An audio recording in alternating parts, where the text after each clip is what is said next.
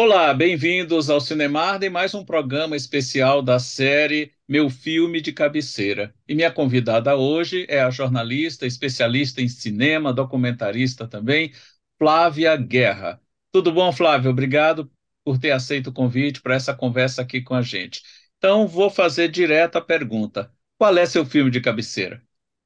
Olha, Marden, essa pergunta é muito difícil, né? Eu Eu já sou sei. uma pessoa que, nossa, muda de opinião toda hora.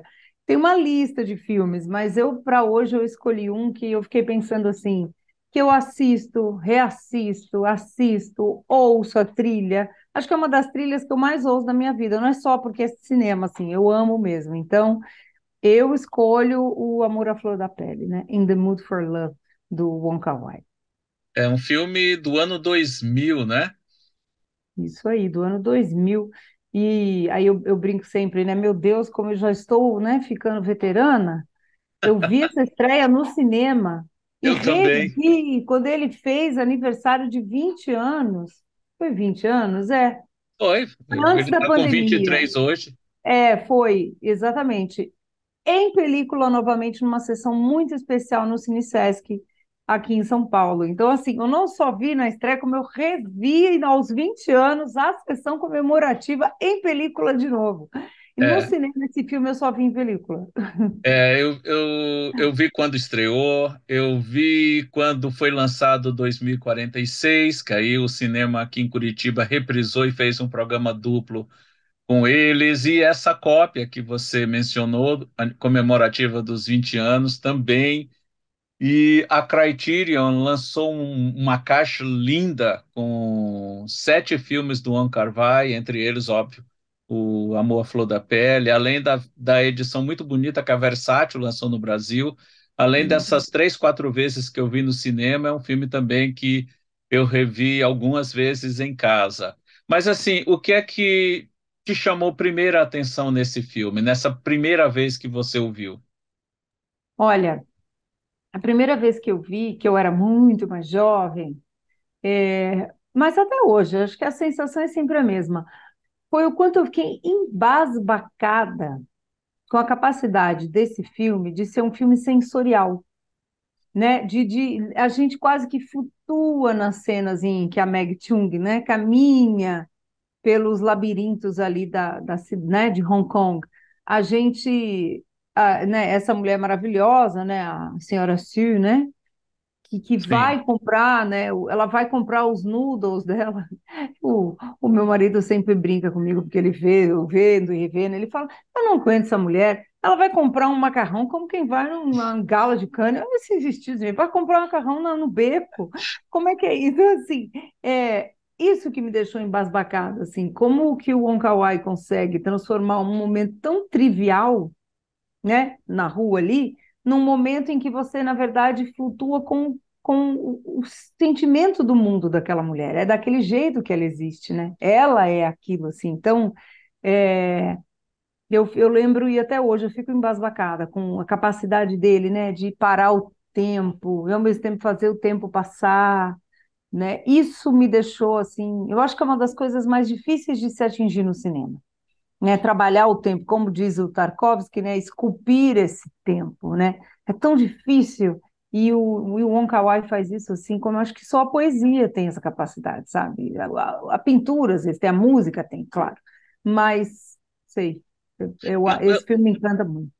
Não sei se aconteceu o mesmo com você. Quando eu vi esse filme a primeira vez, ele me remeteu a 2 diretores. Um deles você acabou de citar, o Tarkovsky, essa questão, a maneira como ele trabalha o tempo no filme. Mas ele me fez lembrar, por uma série de razões, o Hiroshima Mon Amour, do Alain Resnais. Assim, E tem essa questão poética que é muito presente na filmografia do Wong Kar-wai e em especial no Amor à Flor da Pele. Se eu pudesse assim resumir a carreira do Wong Kar-wai ou o que é um filme de Wong Kar-wai, para mim não tem melhor exemplo do que o Amor à Flor da Pele.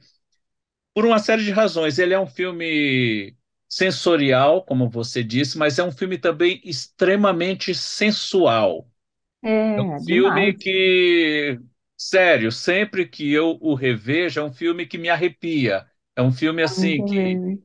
realmente é a flor da pele nesse sentido. Exato. Nesse sentido, o nome em português é maravilhoso, né? Porque muitas vezes a gente reclama do nome que é dado em português, né? Em inglês é In the Mood for Love, né? Ah, Que é, tipo né? assim, no Também clima do amor, né?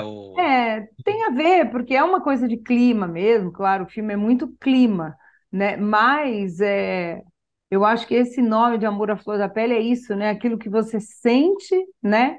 Que está ali na sua pele, mas não necessariamente você consegue, né, dar, né, a verbalizar. Na linguagem original, né, o nome do filme é Fa Yun Min Hua, perdoem aí, né, o O chinês, teu não é chinês, chinês. né? E eu lembro que significa alguma coisa como Anos como Flores, né, que é baseado numa canção, né, que para mim ele fala também desses anos, né, os anos em que esse amor floresce, né, e também que eles são jovens, né, são quase esse ano da a primavera da vida deles, né, assim, e isso passa, né, para quem não assistiu o filme ainda, isso não é um grande spoiler, mas a gente vê o futuro, né, desses personagens lá no final, mas ao mesmo tempo é como que se eles estivessem parados no tempo. Então, eu também Uhum. gosto do nome original, mas eu gosto mais do português. Eu gosto do hongkonguês, mas eu acho que em português é mais bonito. E essa questão da sensualidade é muito bem trabalhada no filme, seja pela maneira como ele posiciona e movimenta a câmera, seja pelo figurino, não só da Shun, como do Shao, né? O Tony Leung, que também, apesar de ter um figurino um pouco mais sóbrio, né? Mas também está sempre muito elegante. E eu até hoje não vi nenhuma. Tem uma cena que para mim chegou próximo em questão de sensualidade, que é uma sequência na carruagem de A Época da Inocência, do Scorsese, quando a Michelle Pfeiffer tira a luva. Uhum. Mas ela tá de igual para igual com aquela sequência da mão passando na parede, no Sim, Amor à Flor da Pele, né? É sim, aquela sensualidade que vem de uma coisa assim completamente inusitada, completamente inesperada, que foge completamente dos lugares comuns que a gente costuma ver em histórias como essa, né? E, sim. e isso é muito do Wong Kar-wai. Ele é muito. Você usou o termo bem adequado. Ele é um diretor bastante sensorial. E nesse filme realmente não dá para não usar um outro termo que não seja esse, em todos os aspectos, não só pela beleza plástica que o filme tem, pela forma como os atores se movimentam em cena, a química dos dois em cena é algo assim estupendo, né? E não dá para deixar de mencionar o belíssimo trabalho de fotografia do Christopher Doyle, né? Que É é um incrível. capítulo à parte nessa história. Com certeza, não, é incrível. A fotografia desse filme. Esse é um caso em que tudo encaixou, né? E a gente que depois vai saber um pouco da produção sabe que não foi tranquilinha, né? Que o Wong Kar-wai não finalizou o roteiro, que ele finalizava junto com os atores, né? Dá a impressão de que tudo está tão equilibrado, né? Tudo. E não é, foi um filme, né, de produção complicada e a gente sabe que o Wong Kar-wai é um cara muito rigoroso, né? Rigoroso, né? Perfeccionista, né? Eu lembro que teve um festival de Berlim. Aí eu vou contar uma pequena anedota aqui. Eu fiz assistência de direção de um curta que foi filmado no Vietnã, O Caminhão do Meu Pai, do Maurício Ozaki, e o filme competiu em Berlim, eu acho que foi 2013. Acho que a gente filmou em 2012. Acho que foi isso. E aí, o, o Maurício Ozaki, que é o diretor, estava terminando de finalizar o filme na Ásia também, né? Acho que na China, num estúdio, né? Tá lá na salinha de edição, que você fica lá à noite, dia, junto com o montador, etc., para o Festival de Berlim. E na sala ao lado estava o Wong Kar-wai finalizando um filme dele que abriu o Festival de Berlim naquele ano. E eu lembro do Maurício falando, cara, é igual a gente. Ele está aqui, ele passa a noite, ele está sofrendo. E você vê, o festival estava para começar e ele praticamente levou o filme embaixo do braço, sabe assim? Porque né? Ele é super perfeccionista. Então, imagina as dores de cabeça que ele teve para terminar Amor à Flor da Pele, né? Eu imagino, porque é um filme muito meticuloso, né? Você vê que tudo ali é pensado. Então, realmente, que trabalho. Mas se realmente aconteceu tudo isso no bastidor, isso não transparece em momento algum no filme. Esse rigor que ele tem, o apuro visual que ele tem, e até mesmo vendo entrevistas dele e fotos de divulgação com ele, me passa a impressão de que ele tem todo aquele estilo assim, você vê que ele está sempre impecavelmente vestido, de óculos escuros, tem um cabelo rigorosamente cortado. Então você vê que ele não é apenas um esteta nos filmes que ele faz. Quando eu falo assim, esteta, no caso dele especificamente, não é de uma forma pejorativa, porque a gente conhece outros diretores que são estetas também, mas é aquela coisa vazia. Ele não, ele tem essa assinatura, ele tem esse rigor, um uso bem preciso e criativo da cor, movimento de câmera, a montagem, tudo na obra dele. Isso vale para qualquer filme dele, até aqueles que alguns consideram mais fracos, mas você percebe que tem uma cabeça pensando tudo aquilo nos mínimos detalhes. E é isso que torna a obra dele, em geral, tão interessante e o Amor à Flor da Pele, assim, um destaque bem grande entre os muitos filmes que ele fez. Ah, eu concordo com você. E ele é isso mesmo, ele é fashion, ele é super cool, né? Aham. Hong Kong nos anos 60, né, que tem essa influência do Ocidente, né? Uma China muito, né, muito contaminada pelo ocidental, e que une, né, essa questão, o cigarro da época, que tem muito a ver com os filmes clássicos de Hollywood, filme de Uhum. cinema noir, né, fumaça, a roupa do Tony Young, né, que é sempre muito, né, parece roupas ali dessa época de ouro de Hollywood, e a Meg Chung com aqueles vestidos asiáticos maravilhosos, né? Ela um glamour assim oriental que O não tem em penteado comparação, também, né? né? O penteado incrível, que são os penteados dos anos 60, que ela, né, tem um que Uhum. ali você vê dos penteados ocidentais, mas que tem um toque oriental, né? Então assim, e você falou certo, tudo dele é assim, né? Muito meticuloso. Mesmo esse filme que eu falei de 2013, que é O Grande Mestre, que acho que é o último longa dele, que está longe de ser um filme ótimo, né? Acho que é um dos mais regulares dele, filme de luta, né? De guerreiros e tal. Mesmo esse é impecável esteticamente, nesse sentido de direção de arte, né? Direção de fotografia, figurino. Então ele enche o olho da gente mesmo também, né? Eu acho que ele é um diretor de cinema, sabe? Mesmo que, sei lá, um dia ele faça algum projeto para o streaming, ele é um cara de cinema, né? Igual o Scorsese, né? Igual o Tarkovsky, é muito a telona, né? Eu li já faz algum tempo que ele estava preparando uma minissérie para a TV. Eu acredito que essa Sim. altura ele já tenha concluído, mas veio a pandemia, eu não sei como é que esse projeto ficou, se já chegou a ser veiculado, pelo menos na China, pelo menos aqui no Ocidente, eu não encontrei mais nada sobre isso. Não, também não. É uma boa pergunta. Quero ver essa minissérie, porque é isso. Eu tenho certeza que essa minissérie vai ter cara de cinema, né? É isso. Uhum. O cara até quando faz TV, ele faz com cara de cinema, né? É Então, porque né? a MUBI pegou boa parte da filmografia dele e tem disponível no catálogo, inclusive o próprio Amor Flor da Pele foi restaurado em 4K. Se em condições normais você já era um filme extremamente deslumbrante, ele restaurado conseguiu ficar ainda muito mais bonito do que ele já é. Mais perfeito, né?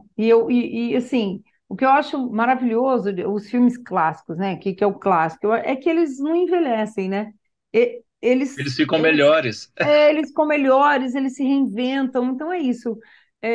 O Amor à Flor da Pele, se eu der um play hoje, eu vou ver de novo, e ele é cíclico, né? E ele é um caleidoscópio, cada hora que você vê algo, porque tem muitos planos que se sobrepõem, então você pode olhar o fundo do apartamento, o fundo da rua. Aí você pode ficar na Meg Tune caminhando, você pode ficar na textura. É um filme de muita textura, né? A textura daquele muro, que é como aquele tempo, tantos amores já passaram por ali, né? Aquele Uhum. muro, aquelas paredes descascadas, gastas de Hong Kong, para mim me dizem isso, quantos amantes passaram ali, quantos ainda vão passar, né? E aquele final, não comentando aqui, porque sempre tem quem nunca viu, né? Pois é. Para mim é isso, assim, é esse amor eterno, né? Que fica ali suspenso no ar, aquele amor que aconteceu, mas não aconteceu, podia ter acontecido mais, aquele não dito, né? E eu acho que essa questão do não dito, ela pega todo mundo, porque todo mundo tem algo não dito, né? Que você fala, queria ter falado, queria, só sobrou aqui para eu dizer isso, né? Que eu acho que é um golpe de mestre nesse sentido, né? Parece quase um. Ele termina de um jeito que é mitológico, na toa que termina, né? No templo em que termina, porque ele vai para o mítico, né? Assim, né? Tem gente que nem gosta tanto do final. Eu gosto muito mais por isso, que para mim é quase como se eu estivesse ouvindo uma daquelas histórias antiquíssimas, né? Que são míticas, são mitológicas, né? São contos de fada, quase, sabe? Assim, eu acho o final incrível. E a gente falou muito sobre essa questão do filme ser sensorial e tudo, mas ele faz um uso extremamente sutil, inteligente do silêncio, né? E isso que você falou é bem Uhum. representativo, né? Aquele não falar, mas que diz tudo, ou Uhum. que permite que você faça diferentes interpretações dependendo da visita ou do seu estado de espírito na hora que está vendo aquele filme. E é isso que torna ele o que costumam chamar de grande arte, porque é uma obra que está sempre aberta a diferentes interpretações, dependendo do repertório que você traga, dependendo do estado de espírito teu É quando verdade. você o vê. Se você está com alguém, você vai perceber de um jeito. Se você estiver sozinho, você vai perceber de outro jeito. Se você vê o filme repetidas vezes, como você falou, e é um tipo de exercício que eu costumo fazer com filmes que eu gosto muito, né?